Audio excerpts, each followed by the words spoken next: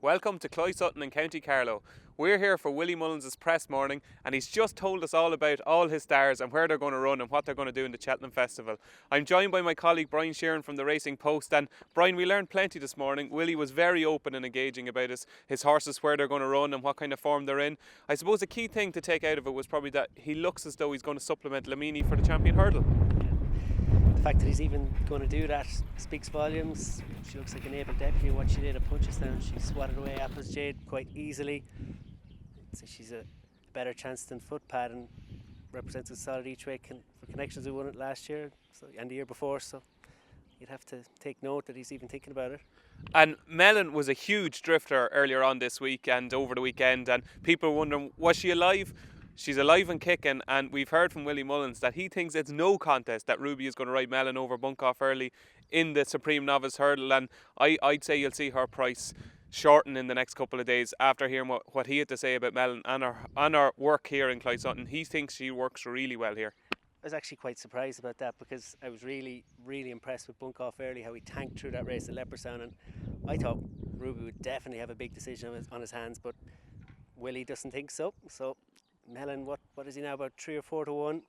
That probably will be considerably shorter if Ruby does definitely come out and say he's going to ride. It looks like we could have another Vaughter or Douvan in the opening race with Melon, judging by what Willie Mullins said about Melon this morning. And I suppose the ace in the pack, as we all know, is Douvan, and spoke glowingly once again about Douvan. He's only ever had nice things to say about Douvan, and he reckons that Douvan could be the best horse he's ever had, but has a fair bit more to achieve before he can be considered the best, considering what Hurricane Fly achieved.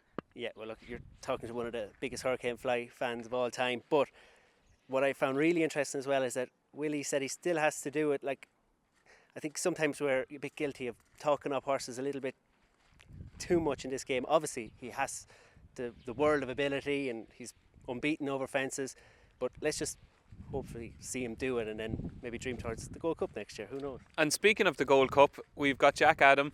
2 years ago, he was too young. Last year, he didn't have an ideal prep. This year, Willie says he's got the perfect prep. Everything has gone perfectly according to plan for Jack Adam. And he was the one horse, there was that glint in his eye, I thought, with Jack Adam. I think he thinks his Gold Cup hoodoo could end this year with Jack Adam. The first horse he talked about, and not only that, did he say it was a weak Gold Cup? Am I putting words in his mouth? He definitely said it was a little bit open this year anyway. I don't know if the word weak was said now. We won't call it weak, but he did say it was an open Gold Cup, I think. Yeah, so look, third time lucky for Jack Adam. If you're on at the fancier prices than he is, 5 to 1 now, you're probably sitting pretty. And a couple of others we'll just mention. I suppose Carter McKay, not very often Willie Mullins calls a horse a machine, but the word machine came out of his mouth describing Carter McKay's performance at Naas. Yeah, and he doesn't need soft ground either. He did that really well. Was a bit of a messy race for the horses in behind. West Coast Time was well beaten on the day. Joseph O'Brien's still apparently thinking of running him in the Champion Bumper, so he obviously thinks a fair bit of West Coast Time, but Carter McKay looks the standout, doesn't he? He does indeed, yeah. And was there any others that, we're all listening intently to Willie talking about each of them, was there any other that kind of stood out and you said, God, I have to back that tonight? One horse that we remarked on the gallops that didn't look like she was going along at a quick enough pace, but she won't have to go too quick in the Albert Bartlett. Augusta Kate, I think she could be, if she runs there obviously, she could be one to give Det Duty a race again. Yeah, well, if you were to back Augusta Kate on her homework, we came in and I seen number 23 coming around and I said, what the hell is that number 23? She's bloody knackered, I beat her. And I looked at the list and it was Augusta Kate, so just goes to show you, homework can be deceiving. Yeah, certainly Augusta Kate is one. The one that I took out of it, I think, is Let's Dance in the Mayor's Novice Hurdle. She's going to be taking on Early Beach, but reading between the lines, I think Let's Dance is probably held in a little bit higher regard than Early Beach, so she'd be my Mullins banker for the week in the Dawn Run Mayor's Novice Hurdle. So that's it from us. Thanks a million for joining us.